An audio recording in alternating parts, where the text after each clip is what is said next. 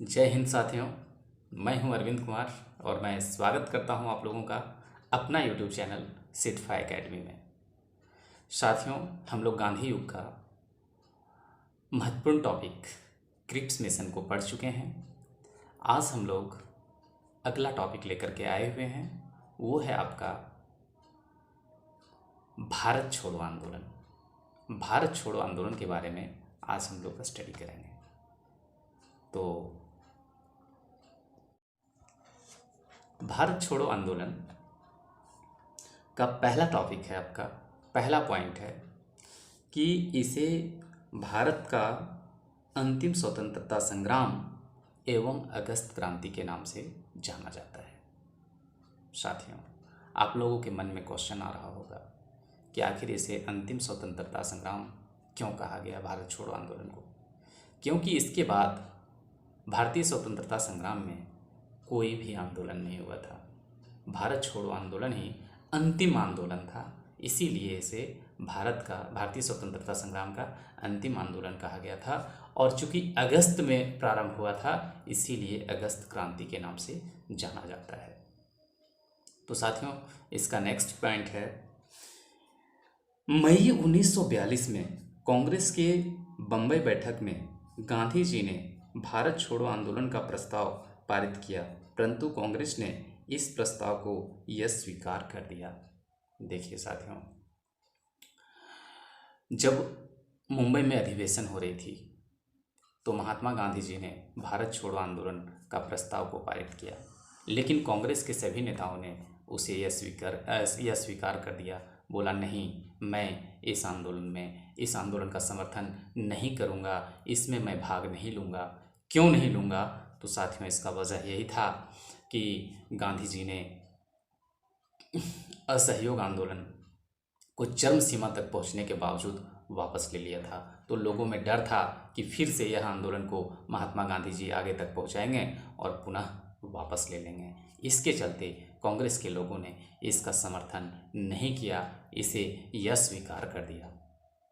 तो next point में हम लोग देखेंगे कि गांधी जी ने इस घटना से आक्रोशित होकर कहा, मैं भारत की बालू से कांग्रेस से भी बड़ा आंदोलन खड़ा कर दूंगा।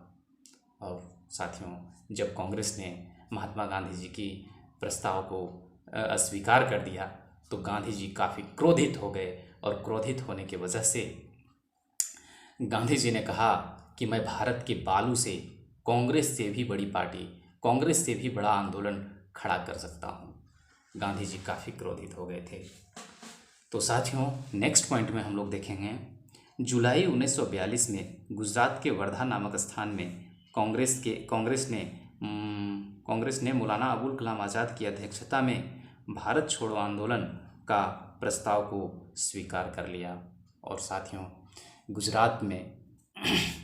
गुजरात के वर्धा नामक स्थान में कांग्रेस की अधिवेशन हो रही थी और उस अधिवेशन की अध्यक्षता अबुल कलाम आज़ाद कर रहे थे, और उसी पीरियड में गांधी जी का इस प्रस्ताव को स्वीकार कर लिया गया। भारत छोड़ो आंदोलन प्रस्ताव को स्वीकार कर लिया कांग्रेस ने। और आपका नेक्स्ट पॉइंट में हम लोग देखेंगे, इस अवसर पर जवाहरलाल नेहरू जी ने कहा कि हम ऐसी दो धारी नंगी तलवार से खेलने जा रहे हैं जिससे हमारे अंग भी कट सकते हैं।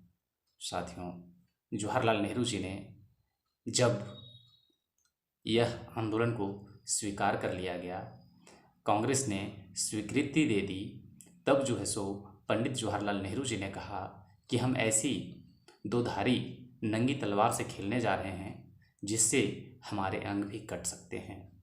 ऐसा पंडित जवाहरलाल नेहरू जी ने कहा। तो नेक्स्ट है साथियों, भारत छोड़ो आंदोलन का प्रारंभ। अब हम लोग जानेंगे इसमें कि भारत छोड़ो आंदोलन का प्रारंभ किस टाइप में हुआ, कैसे हुआ, किस परिस्थिति में हुआ, इसके बारे में जानेंगे।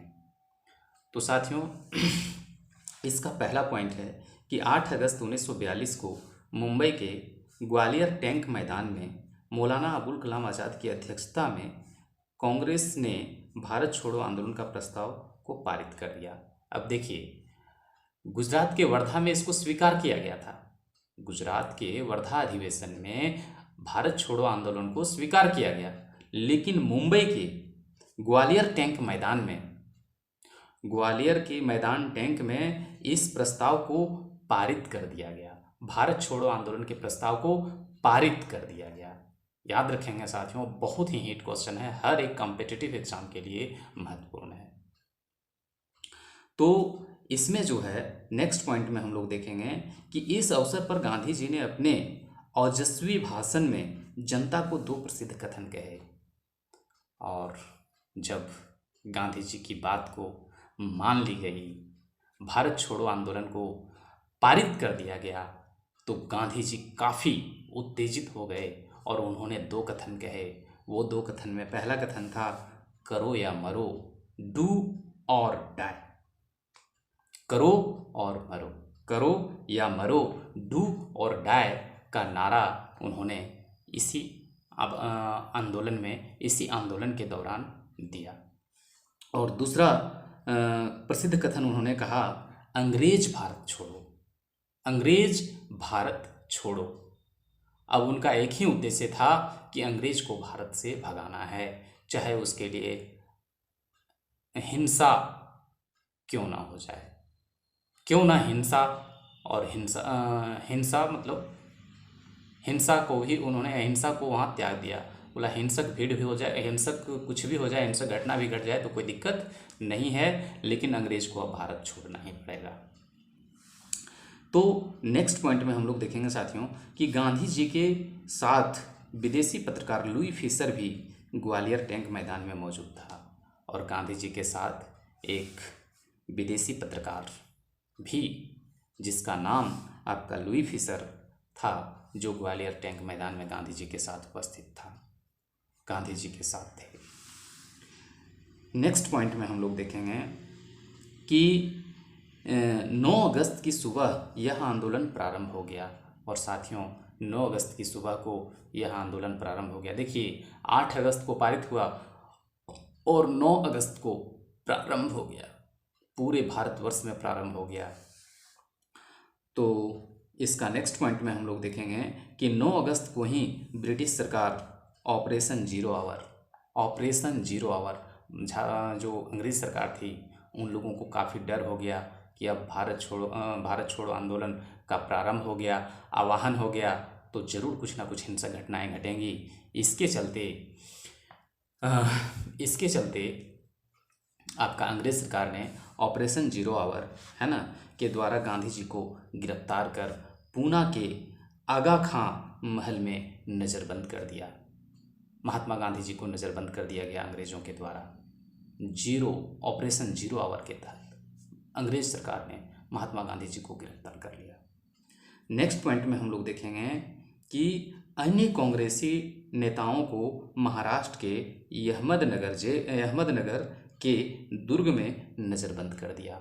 और जितने भी कांग्रेसी नेता थे उनको अहमदनगर के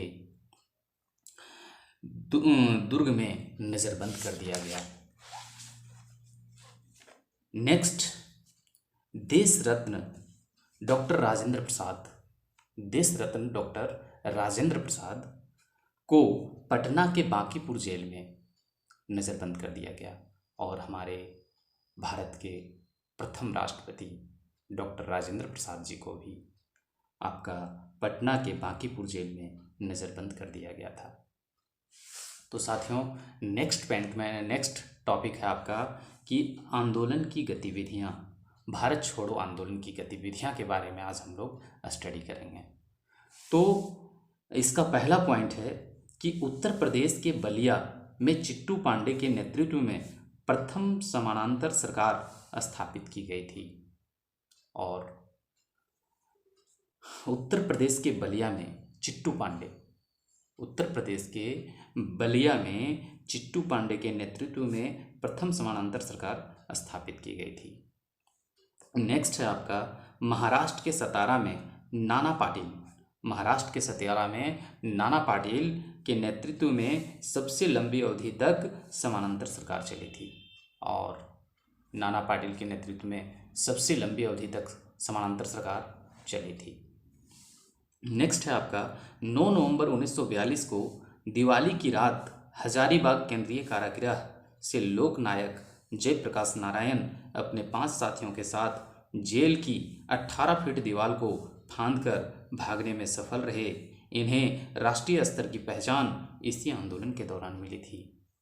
और साथियों, झारखंड के लिए सबसे महत्वपूर्ण क्वेश्चन, हर एक इंटरव्यू, कॉम्पिटिटिव एग्जामिनेशन, झारखंड से रिलेटेड जितने भी कॉम्पिटिटिव एग्जाम हैं उससे ये एक सबसे महत्वपूर्ण टॉपिक है कि लोकनायक जयप्रकाश नारायण जी जो थे वो हजारीबाग के केंद्रीय जेल, केंद्रीय कारागृह से फरार हो गए थे, भाग गए थे। अपने 5 साथियों के साथ 18 फीट की दीवार को फांद करके भाग गए थे, जिससे उन्हें राष्ट्रीय स्तर पर पहचान मिली। पूरे देश के लोगों ने उन्हें सराहा, देश के लोगों ने उनको जाना, इसी आंदोलन के दौरान जाना, भारत छोड़ो आंदोलन के दौरान जाना। लोकनायक जयप्रकाश नारायण, याद रखेंगे, हजारीबाग के केंद्रीय कारागृह से भागे थे। नेक्स्ट है आपका, सुभाष चंद्र बोस ने इस आंदोलन को अहिंसक गुरिल्ला युद्ध भी कहा था। और सुभाष चंद्र बोस जी ने इस आंदोलन को अहिंसक गुरिल्ला युद्ध कहा था। अहिंसक गुरिल्ला युद्ध बहुत ही भयानक होता है, गुरिल्ला युद्ध, तो उन्होंने इसका कंपैरिजन अहिंसक गुरिल्ला युद्ध से किया, सुभाष चंद्र बोस जी ने किया। भारत छोड़ो आंदोलन को अहिंसक गुरिल्ला युद्ध कहा। नेक्स्ट है आपका, कांग्रेस ने अपना प्रथम रेडियो प्रसारण इसी आंदोलन में शुरू किया, जिसकी प्रथम महिला उद्घोषिका उषा मेहता थी। और साथियों, भारत छोड़ो आंदोलन के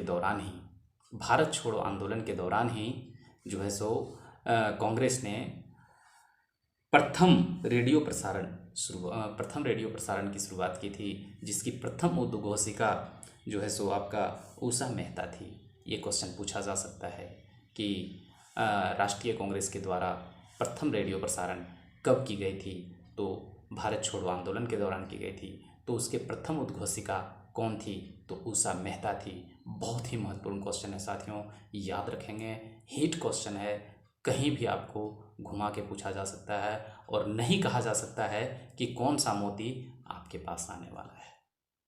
तो कॉम्पिटिटिव एग्ज़ाम में सफल होना है साथियों, तो आप लोगों को मैं बार बार कहता हूँ, बहुत ज़्यादा मेहनत करना पड़ता है, बहुत ज़्यादा ध्यान देना पड़ेगा, हर एक टॉपिक को बारीकी से देखना होगा, तभी आप सफल हो पाएंगे। तो नेक्स्ट है आपका कि बम्बई में आंदोलन का नेतृत्व अरुणा असफ अली ने किया और भारत छोड़ो आंदोलन का नेतृत्व मुंबई में अरुणा असफ अली ने किया था। नेक्स्ट है आपका, बंगाल के मदीनापुर जिले के तामलुक एवं उड़ीसा के कल्चर नामक स्थान में समानांतर सरकार स्थापित की गई थी। और यही भारत छोड़ो आंदोलन के दौरान ही बंगाल के मदीनापुर जिले में तमलुक एवं उड़ीसा के कल्चर नामक स्थान में समानांतर सरकार स्थापित की गई थी। साथियों, पूछा जा सकता है क्वेश्चन, ध्यान देंगे, हर एक बिंदु पर विशेष ध्यान देंगे, तभी आप सफल हो सकेंगे। नेक्स्ट है आपका, बिहार के सारण जिला को अंग्रेज द्वारा अपराधी जिला घोषित कर दिया गया था, जिसके कारण यहाँ के कैदियों ने जेल में नंगी हड़ताल की थी। और साथियों, बिहार के सारण जिला को अंग्रेज ने अपराधी जिला घोषित कर दिया था। सोचिए, बिहार के सारण जिला को आपराधिक जिला अंग्रेज सरकार ने घोषित कर दिया, जिससे वहाँ के कैदियों ने आक्रोशित होकर, गुस्सा होकर नंगी हड़ताल की थी। सभी लोगों ने नंगा भूख हड़ताल कर दिया था, नंगी हड़ताल की थी। भारत छोड़ो आंदोलन के दौरान कई स्थानों पर हिंसक प्रदर्शन हुए, फिर भी गांधी जी मौन रहे। सोच रहे हैं ना, जो गांधी जी, एक छोटी सी घटना चौरी चौरा नामक स्थान पे जो हुई थी, उसके चलते उन्होंने असहयोग आंदोलन को वापस ले लिया था। तो सोचिए, इतनी बड़ी बड़ी घटनाएं घट रही थी, हिंसक घटनाएं घट रही थी, लेकिन फिर भी गांधी जी जो थे सो मौन थे। तो जिसके कारण अंग्रेज ने महात्मा गांधी जी पर हिंसा भड़काने का आरोप लगाया, जिससे आक्रोशित होकर गांधी जी ने पूना के आगा खां महल में 21 दिनों का भूख हड़ताल की थी। और गांधी जी इससे आक्रोशित हो गए, गुस्सा हो गए, भड़क गए कि आखिर अंग्रेज हम लोग को समझ क्या रखा है, बार बार कुछ भी होता है तो हम ही पे क्लेम लगाया जाता है। तो वो आक्रोशित हो गए और 21 दिनों का भूख हड़ताल किए थे। और इस टॉपिक का सबसे दर्दनाक बात ये है साथियों कि यही भारत छोड़ो आंदोलन के दौरान ही भारत छोड़ो आंदोलन के दौरान गांधी जी की पत्नी कस्तूरबा गांधी एवं उनके निजी सचिव महादेव देसाई का निधन हो गया। सोचिए साथियों, काफ़ी मर्मिक घटना है। इस घटना में गांधी जी ने, इस आंदोलन में गांधी जी ने अपनी पत्नी कस्तूरबा गांधी, जिसे वो प्यार से बा कहते थे, उनको खो दिया और साथ ही अपने निजी सचिव महादेव देसाई को खो दिए।